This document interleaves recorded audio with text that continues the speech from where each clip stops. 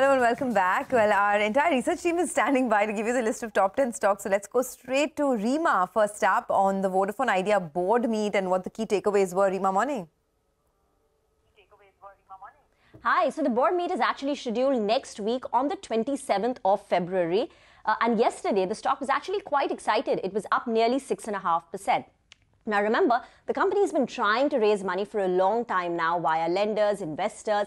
They've had to renew their enabling resolution multiple times. But this time, considering they've called a board meeting a couple of days in advance, it looks like it will happen this time. Now, the question is, what will be the extent of, the fundraise and will the promoters be participating? Because Kumar Mangalam Birla has been talking about, that the promoters are committed to the business. In fact, in the past, he'd also talked about the promoters willing to invest close to about 2,000 crore in the fundraise. The debt on the books is high. Any fundraise, the larger the fundraise, the more positive it is for Vodafone Idea, the more negative it is for peers like Bharti Airtel, because the larger the fundraise will enable the company to go ahead and launch its 5G business. So this is going to be one crucial board meeting scheduled on the 27th of February. That's next Tuesday. Back to you. Okay, all right, Rima, thanks a lot for that. Well, let's get in Nimesh to talk about Eureka Forbes as well as RBL. Massive large trades is what we saw yesterday. Nimesh, morning. Morning, Nigel. So I'll start with Eureka Forbes first. A confirmation of the private equity investor was a seller in the status block deal. So nearly 9% equity got changed hands. They were the sellers. In terms of buyers, some marquee names have bought, both from the DIs as well as some large long-only funds as well. Having said that, the stock ended at day's low, and that is largely because I understand there was a small part of a leakage as well in that block deal, and hence the stock was lower. But given the names of large buyers at this price and the fact that the selling is over from that PE fund, I'll go with the green. But as I said, there was a small leakage, so that needs to be factored in the next few days in Eureka Forbes. So that's the first name. The second is RBL Bank. This is interesting. In the block deal data, Matthew Sirag has added another 32 lakh shares in the cash market. So now I understand, I spoke to him yesterday, the feedback is now he owns close to 3% in RBL Bank. Remember, there's been a lot of chatter as well with regards to fundraising and a lot of other corporate developments as regards to RBL Bank is concerned. The stock is in F&O band, but looks like in the cash market, there could be some more activity on the back of a big name adding further into RBL Bank. Thanks a lot for that, Nimesh. Appreciate it. Eureka and RBL Bank.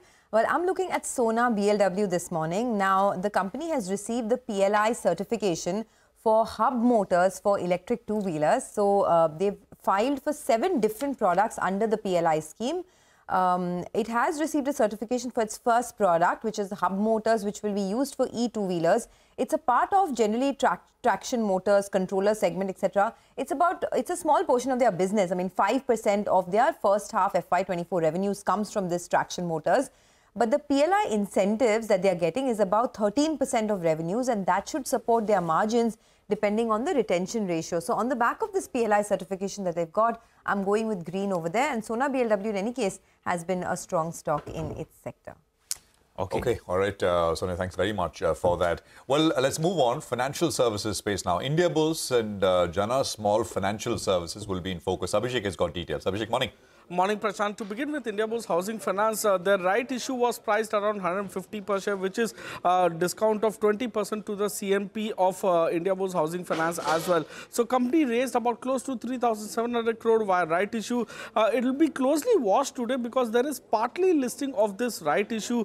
So, we need to see whether that is at a premium or at a discount with respect to current valuation where, Indiabulls Housing Finance is. In terms of results season, Jana Small Finance Bank has come out with their Q3 FY24 numbers, which looks pretty decent.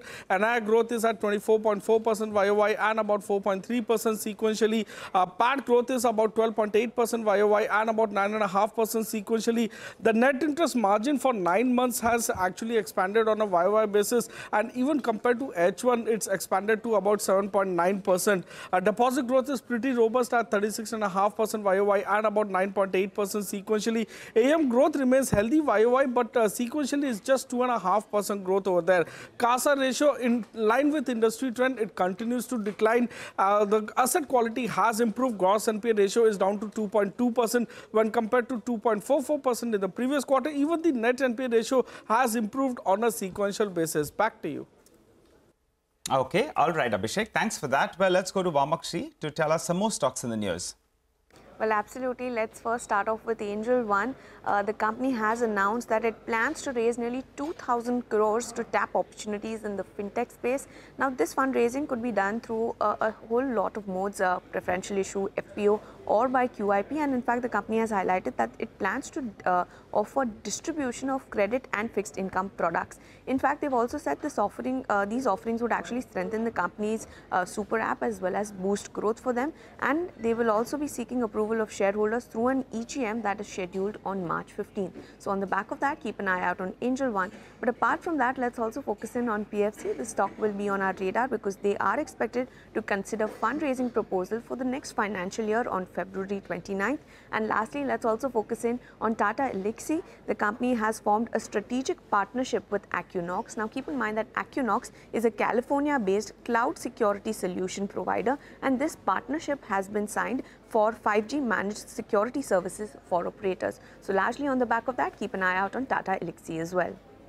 All right, thanks a lot for that. Here's a quick recap in case you missed out on any of these stocks. Stocks with positive news flow: Vodafone Idea, Indus Towers, Eureka Forbes, RBL Bank, Sona BLW, Indiabulls Housing, Jana Small Finance, PFC, Angel One and Tata Elxsi. And there's no stock that's likely to open in the red today. Well, that may not happen. I mean, there'll of course be a lot of red stocks, but in terms of news flow, a lot more positive than negative news this morning. But Manisha Gupta joins in for a roundup of all the action from the commodity market overnight. Manisha, good morning. Morning, and thank you for that, Sonia. I'll start with the crude oil prices, which are holding above $83 a barrel on smaller than expected storage build at a tune of 3.5 million barrels. So while the crude prices are doing good, can't say the same about the crude product. So if you look at heating oil, gasoline, all of that has been trading in the negative. The biggest declines coming in for natural gas. That fell 5% overnight and is down 30% in this year until now. This is because the storages are 22% higher than the seasonal normal right now, and that's weighing onto the markets. When you look at the metal prices, well, it's quite a mixed cues that you're getting in from that. The China new home prices have seen a decline for an 8th month in a row. The sales for the new homes in China also has declined 34% on a year-on-year basis.